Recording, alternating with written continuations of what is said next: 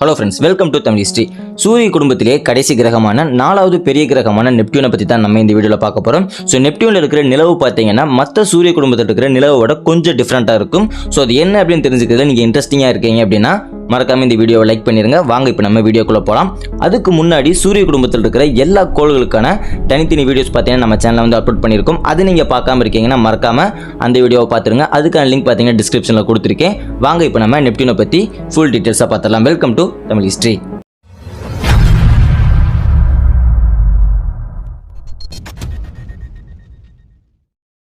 ரோமானியர்களின் கடலின் கடவுளான நெப்டியூன் பேர் தான் பார்த்தீங்கன்னா இந்த கிரகத்துக்கு வச்சிருக்காங்க. 1846 அர்பன் லீ வெர்ரர் மற்றும் ஜோஹன் கேலி இவங்க 2 பேர்த்தால தான் பார்த்தீங்கன்னா ஃபர்ஸ்ட் கணித கணிப்பின் மூலமாக இந்த கிரகம் வந்து கண்டுபிடிக்கப்பட்டுச்சு. ஸோ குளிர் மற்றும் சூப்பர் சோனிக் காற்றால் தாக்கப்பட்ட இந்த கிரகம் பார்த்தீங்கன்னா சூரியனிலிருந்து 30 அஸ்ட்ரானமிக்கல் யூனிட் டிஸ்டன்ஸ் வந்து அமைஞ்சிருக்கு. இந்த ஒரு கிரகத்துக்கு சூரிய ஒளி பார்த்தீங்கன்னா 4 மணி நேரத்தில் வந்து சேர்ந்துடும். ஸோ இந்த ஒரு கிரகம் பார்த்தீங்கன்னா கண்டுபிடிக்கப்பட்ட காலத்திலிருந்து 2011 தான் பார்த்தீங்கன்னா தன்னுடைய ஃபர்ஸ்ட் சூரிய சுற்றுவட்ட பாதையை வந்து கம்ப்ளீட் பண்ணியிருக்கு. ஏன்னா இந்த ஒரு கிரகத்தில் 1 இயர் அப்படிங்கிறது 165 பூமி வருடங்கள், அதாவது சூரியனை ஒரு டைம் சுற்றி வர்றதுக்காக 165 வருடம் எடுத்துக்கும் அப்படின்றது தான்.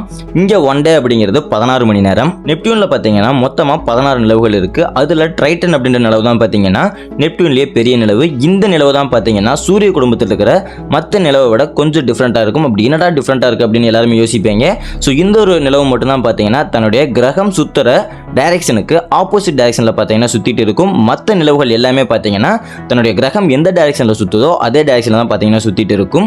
நெப்டியூனில் பார்த்தீங்கன்னா 5 வளையங்கள் இருக்குது. ஸோ நெப்டியூனுக்கு வளையங்கள் இருக்குது அப்படின்றத 1989 ஃபர்ஸ்ட் வாய்ச்சர் டு விண்கலன் தான் கண்டுபிடிச்சது. ஐஸ் பிளானட்ல ஒன்றான நெப்டியூனோட மையப்பகுதி 80% நீர், மீத்தேன் மற்றும் அமோனியத்தால் ஆனது.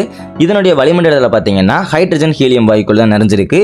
சூரியன்ல இருந்து இந்த கிரகம் நீண்ட தொலைவில் இருக்கிறதுனால இங்கே புயல் பூமியை விட 9 மடங்கு வலிமையாக இருக்குது. ஸோ இந்த ஒரு கிரகத்துக்கு நாசா தான் பார்த்தீங்கன்னா ஃபர்ஸ்ட் விண்கலன் அனுப்பி ஆராய்ச்சி ஸ்டார்ட் பண்ணியிருந்திருக்காங்க. ஸோ வாய்ஸர் 2 அப்படின்ற விண்கலன் தான் பார்த்தீங்கன்னா நாசா அனுப்பிச்சிருந்திருக்காங்க.